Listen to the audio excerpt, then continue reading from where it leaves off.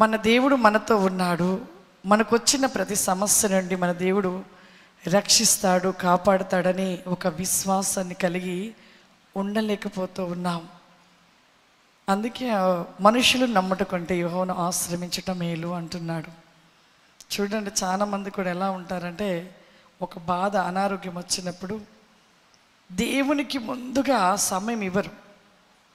హాస్పిటల్కి వెళ్ళి చూపించుకుంటారు, అక్కడక్కడ బాగు చేయించుకుంటారు, లేకపోతే ఇరిగింటి వారికి పొరిగింటి వారికి చెప్తూ ఉంటాం. ఇలా చెబుతూ బాధపడుతూ ఉంటాము. కానీ నిజముగా మనకు ఒక సమస్య వచ్చినప్పుడు యేసయ్య దగ్గర మొరపెట్టడం అనేది చాలా తక్కువ. చాలామంది మా పట్ల కార్యాలు జరగట్లేదు అంటారు. ఖచ్చితంగా దేవునికి మొరపెట్టే విధానంలో మనము ఆయనపై ఆనుకొని ఆధారపడి మనం ఉంటే ప్రతి విషయంలో మనము విజయాన్ని పొందుకుంటాము. అందుకే పరిశుద్ధ గ్రంథంలో ఇద్దరు గుడ్డి వాళ్ళని చూపిస్తూ ఉన్నాడు దేవుడు. మత్తయి సువార్త 20వ అధ్యాయము. వారు ఎరుకో నుండి వెళ్ళుచూ ఉండగా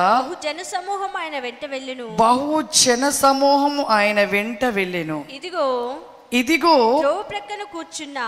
త్రోవ ప్రక్కన కూర్చున్న ఇద్దరు గుడ్డివారు యేసు ఆ మార్గమున వెళ్ళుచు ఉన్నాడని విని ప్రభువా దావీదు కుమారుడా మమ్మల్ని కరుణింపుమని కేకలు వేసిరి. హల్లెలూయా. ఇక్కడ ఇద్దరు గుడ్డివారు ఉన్నారు. చూడండి, ఒక గొప్ప స్థితి ఉన్నప్పుడు వారిని ఎంతగానో మనము వారికి రెస్పెక్ట్ ఇచ్చి వాళ్ళని ఎంతో మర్యాదపూర్వకంగా చూస్తాము. ఆ గొప్ప వ్యక్తుల దగ్గర అసలు ఏమీ లేకుండా పోయిందనుకోండి, రెస్పెక్ట్ ఇస్తారా? అసలు వాళ్ళని లెక్క కూడా చేయరు కదా. చూడండి, చాలామంది చెప్తుంటారు, అమ్మ మాకు అంత ఆస్తి ఉండేది, చాలా ఆస్తి ఉండేది, కానీ ఎప్పుడైతే అప్పటి వరకు మా బంధువులు మా ఇంటికి వచ్చేవారు, అన్ని విధాలుగా సహకరించేవారు, మమ్మల్ని ఎంత ప్రేమగా చూసుకునేవారో. ఎందుకు అంటే మాకు కోట్ల ధనం ఉంది. ఎప్పుడైతే మా యొక్క ఉంటున్న ధనమంతా కూడా క్లోజ్ అయిపోయి మొత్తము కూడా నష్టపోగానే మా బంధువులంతా దూరం అయిపోయారమ్మా. ఇప్పుడు ఎవరు పిలిచినా రావట్లేరు, కనీసం బాగోలేదని చెప్పినా రావట్లేదమ్మా. మా పరిస్థితి ఇలా అయిపోయింది. ధనమున్నంత రోజులు కూడా మమ్మల్ని ప్రేమించారు, ఇప్పుడు ధనము లేకపోవడం బట్టి ఎవరు మమ్మల్ని ప్రేమించట్లేదని చాలామంది కూడా నాతో పంచుకున్నప్పుడు ఒకటే మాట చెప్తాను, మనుష్యులను నమ్ముకొనుట కంటే యెహోవాను ఆశ్రయించుట మేలు. ఎప్పుడైతే మనుష్యులను నమ్మిన వారి జీవితంలో ఏమీ ప్రతిఫలం ఉండదు, ఏమీ జరగవు, ఏ ఆశీర్వాదం ఉండదు. కానీ ఎప్పుడైతే ఆయనపై ఆధారపడుతూ ఆయనను ఆనుకొని ఆయనతో ఉంటారో అప్పుడు మన జీవితంలో కార్యాలు జరిగించబడతాయని నేను ఎంతోమంది కూడా చెప్తూ ఉంటాను. అలా చెప్పినప్పుడు ఎంతోమంది కూడా ధైర్యంగా మరి యేసులో నిత్యము ఆయనని కలిగి ఆయనతో ఉంటూ ఆశీర్వదించబడిన వారు ఎంతోమంది ఉన్నారు. ఇందాక బ్రదర్ గారు చెప్పారు సాక్ష్యం, చనిపోవాలి అనుకున్నాడు, కానీ ఒకటి మనకు యేసయ్య ఉన్నాడు. అప్పటి వరకు ఉంటున్న బంధువులు రక్త సంబంధులు అంతా కూడా ధనమున్నంతసేపే ఉంటారు, ధనము లేకపోతే ఎవ్వరు మనతో ఉండరు. కానీ ఎల్లవేళలా ఎప్పుడు మనతో ఉండేవారు యేసయ్య తప్ప ఎవ్వరు మనతో ఉండరు. నీవు పుట్టినది మొదలుకొని మరణించే వరకు కూడా నీతో ఉండేది యేసయ్య. ఆయన తప్ప నీతో ఎవ్వరు ఉండరు. నీ కన్న బిడ్డలైనను, నీ రక్త సంబంధులైనను, నీ బంధుమిత్రులైనను ఎవ్వరు కూడా నీతో ఉండరు. వారు కొన్ని రోజులే నీ దగ్గర ఉంటున్న దాన్ని చూసి ఆశించి నిన్ను ప్రేమించి నీతో ఉంటారు. కానీ యేసయ్య అలా కాదు.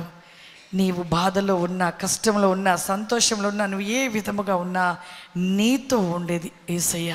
ఆ యేసయ్య నీతో ఉండాలి అంటే నీవు ఆయనతో ఉండాలి. దావీదు కుమారుడా మమ్మల్ని కరుణించని వారు కేకలు పెడుతూ అరుస్తున్నారు, వారు రోదన చేస్తున్నారు.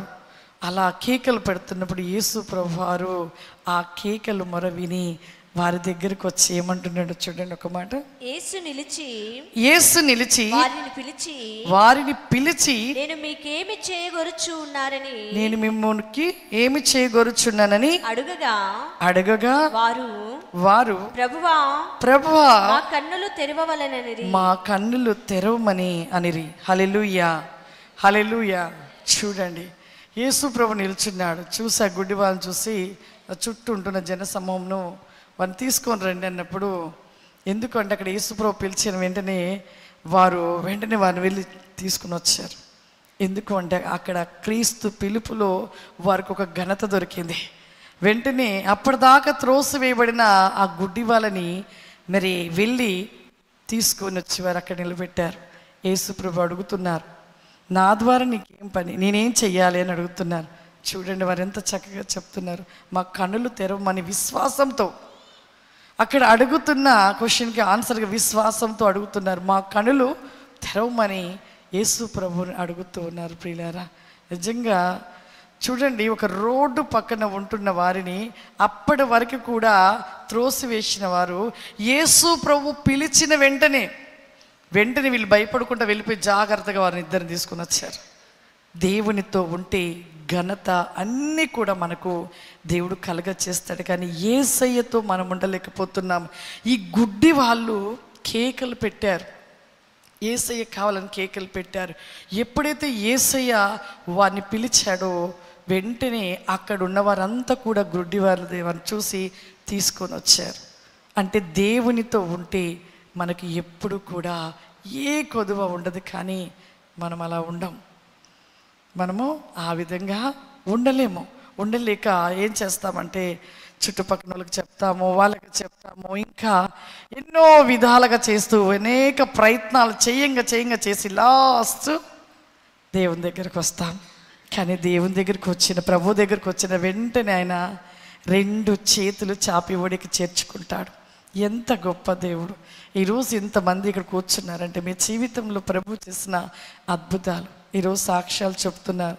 ఒక విషయం చెప్తున్నాను మీకు, ఎందుకు పనికిరాని దాన్ని, ఏ యోగ్యత లేదు నాకు, కేవలము ప్రభు మీ పట్ల చేస్తున్న అద్భుత కార్యాలు. ప్రభు కేవలం ప్రార్థన చేయడం బట్టి దేవుడు మీ పట్ల గొప్ప కార్యాలు చేస్తూ ఉన్నాడు. ఆయనకి ఘనత, ఆయనకి మహిమ, ఆయనకి కృతజ్ఞతాస్తుతులు చెల్లించాలి. ఆయన చేయకపోతే కార్యాలు జరుగుతాయా? జరగవు. అమ్మగారినైనా నేను ప్రార్థన చేసినా వ్యర్థమే.